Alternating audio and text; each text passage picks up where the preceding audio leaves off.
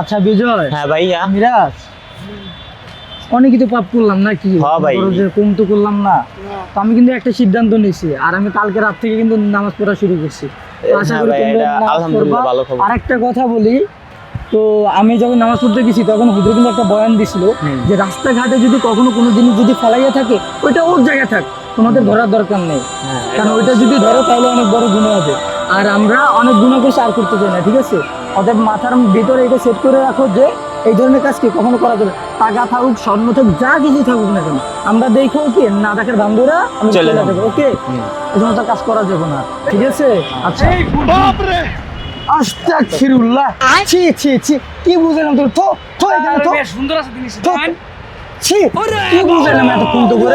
ছি ভাই থো। তো ভাই কিছু কইছে ওই আয়, আমি আয়। জায়গা ভাই আয়, কান্না কান্না ছি।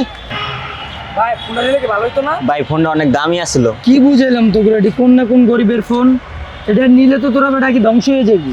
এই দাঁড়া, তোরা তো নামাজ কালাম পড়বি না। না ভাই আমরা এখন একটু সামনে যা চাটা খামু, টাটা মারি। আচ্ছা ঠিক আছে, তাহলে যাইয়া ওখানে যা, আমি নামাজটা পড়ে আইতেছি। আচ্ছা ঠিক আছে। আচ্ছা সময় লাগবে না, ঠিক আছে? আচ্ছা ঠিক আছে। কি রে আমার তো ঘটকা লাগতাছে। কি আমার মনে কথা রাখছিস বেটা? আরে, আর ফোনটা তো দেখি যে কেউ নাই নাই, অনেক দামি ফোন। আরে বেটা আর তো চল যাই দেখি। অনেক দামি একটা ফোন, টান না টান।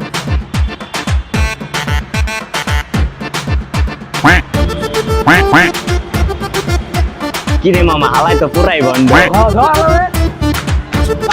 খাইছে রে।